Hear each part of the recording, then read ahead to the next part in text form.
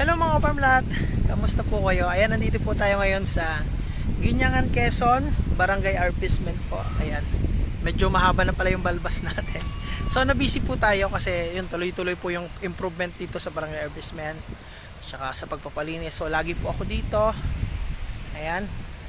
And finally mga ka-farmlat, yung title 3, yung 4 slot po na halos 5 million po ang bawat lote. Ayan, sold out na po lahat talaga. So nung nakaraan reservation, pero ngayon po officially sold na po, bayad na po. Ayan. So kaya po ngayon nandito sila, nag-i-enjoy. Ganon din po kahapon. Nag-enjoy din po yung mga buyer natin dito. And luckily, kahit masama panahon, nandito po kami kahapon. Sobrang maulan, pero nag-enjoy po yung mga buyer natin. And tuloy-tuloy po yung improvement kahit maulan. So wala pong excuse. Makikita nyo po. I need you, baby. And if it's quite alright, I need you, baby. To warm the lonely nights. I love you, baby. Trust in me when I say, oh, pretty baby, don't let me down, I pray. Oh, pretty baby, now that I've found you, stay and let me love you, baby. Let me love you. Hello mga farmlat, good morning, good morning. Ayan, nandito po tayo ngayon sa Barangay Arpismen, Guiñangan, Quezon. Vlog 184, update ko po kayo. Ayan, nag-tripping po ngayon yung buyer natin, Sunday.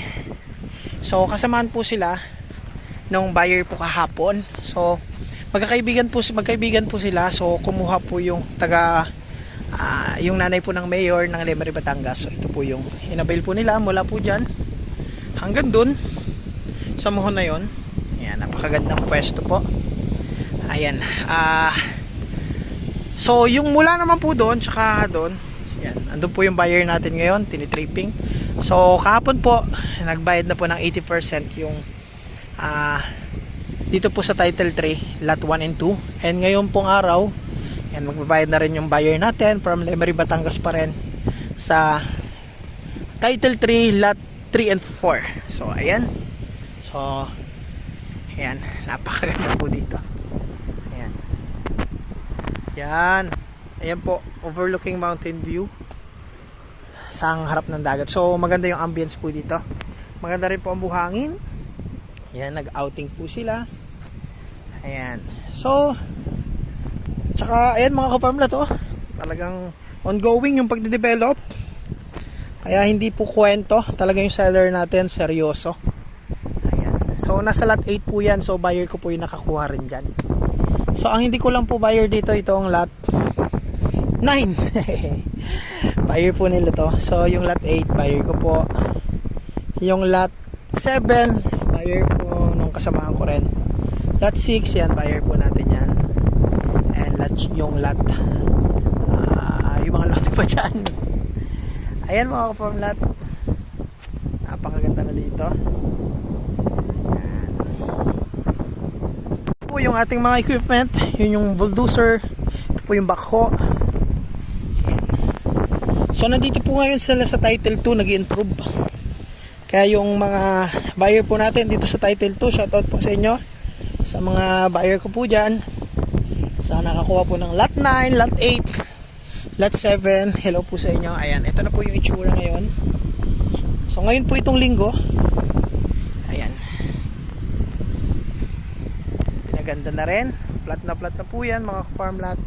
Yung puno dito na nakasagabal, inalis na po, malinis na. Ayan, ganda na mga ka-farm lot. Ayan. So yun mga ka-farm lot, sold out na po yung title 1 and title 3. Ubos na po talaga yan. So dito po sa title 3, dalawa na lang po yung available, pero kahapon nakuha na po yung isa, yung buyer natin from Antipolo. Ayan, nakasabay po ng tripping nung nag-outing po yung buyer natin from Lemery, Batangas. So lot 4 na lang yung available dito. Isang-isa na lang po ito mga ka-farm lot. At ayan, napakamura dahil sa 2.5 million sagot na ng seller lahat ng gastos sa document, sa title. So ililipat po sa inyo yan. So sila na po mag-abiad. And yun, ang good thing pa, sila na rin yung nag-improve. Ayan, yung pagpapatambak ng lupa, pag sasaayos ng right of way. So as is, sa pagbili mo, neto na yung 2.5, wala ka nang gagastusin. Ano po? As is na po yun. So sila na sa improvement and then sa titling. Hindi kagaya pag bumili ka ng lupa, gagastos ka pa na ng mga more or less 2 to 300,000 para bago mailipat sa title yung nabili mo. So ito, wala ka na pong gagastusin. And yun, sa pag-improve, sa pagpa-flat, sa pagtatambak, malaki rin nagagastos. So dito, seller na rin po. Isa na lang to mga far flat. Kaya i-avail nyo na yan. Ano po? So continuous naman po yung seller natin. Makikita nyo naman, kahit may low pressure, kahit nagbabagyo, ayan, tuloy-tuloy po yung improvement sa property. Ayan po yung masisipag nating operator dito. And yun, araw-araw din po ako nandito kasi nga tinitingnan natin yung improvement, yung pagpapalinis po ng property. Ayan, so kasalukuyan po andun yung buyer natin. So iniikot nila yung nabili nilang property dito. So tagal Emery, Batangas po yan sila. Ayan. So ngayon lang po sila nagbayad kasi ito po yung schedule po nila. Ayan. Ito po yung third title. So officially sold out na po talaga. So dati reservation lang yung mga buyer na to. So ngayon officially sold out na po yung third title.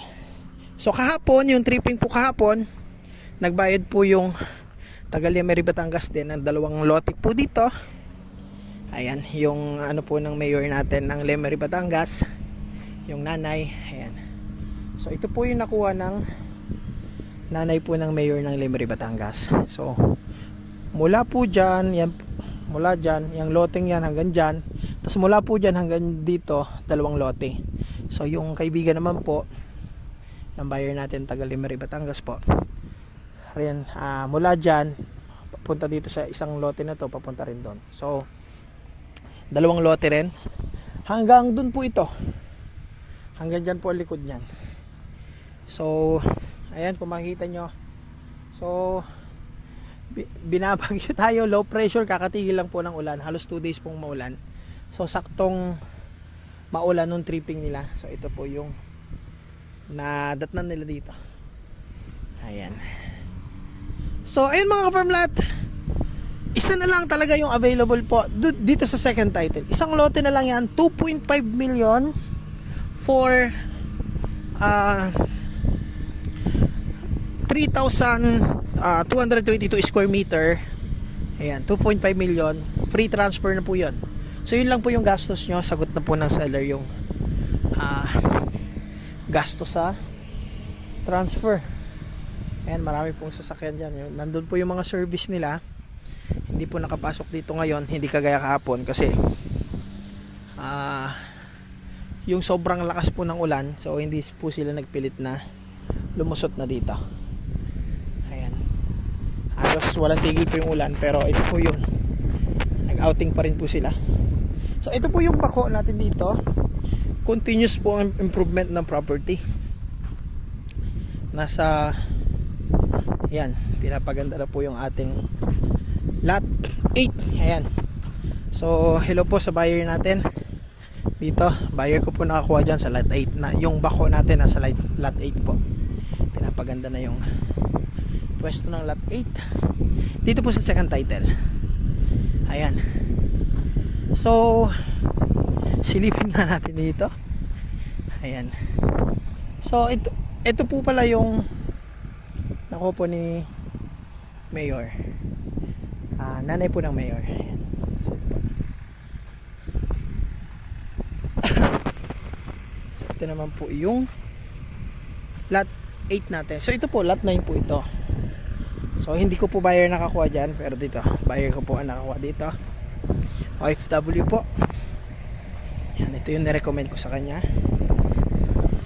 Napakaganda na po. Pinantay na. Ayan. Pantay na rin po lot 7, lot 6. Pinaganda na lalo. Ayan. Yung lot 4 na lang po ang available doon. So yung lot 4 po, yung buyer po sana nito, yun sana ang kukunin niya. Nung nag-pack out lang yun dito, ito na lang po yung pinalipat ko na lang siya dito. Pero maganda rin naman po yung lot 4. So lahat naman po yan, yung lot 4 may lubog po doon, pero lahat naman po yan tatambakan siya. Gaya po ngayon, pinapaganda talaga. Ayan. So yung part na lubog doon, tinatambakan na rin. So, ayan mga farm lot, hanggang dito lang yung ating video at maraming salamat po sa tiwala at salamat po sa mga nanonood po sa atin. Ayan, dagsang biyaya po sa inyo at mag-ingat po lagi. Naway, patuloy po kayong gabayan ng ating amang liwanag sa kalangitan. I need you, baby. And if it's quite alright, I need you, baby. To warm the lonely night, I love you, baby. Trust in me when I say, oh, pretty baby, don't let me down, I pray. Oh, pretty baby, now that I found you, stay and let me love you, baby. Let me love you. I need you, baby. And if it's quite alright, I need you, baby. To warm the lonely night, I love you, baby. Trust in me when I say, oh, pretty baby, don't let me down, I pray. Oh, pretty baby, now that I found you, stay and let me love you, baby. Let me love you. I need you, baby. And if it's quite alright, I need you, baby. To warm the lonely night, I love you, baby. Trust in me when I say, oh, pretty baby, don't let me down, I pray. Oh, pretty baby, now that I found you, stay and let me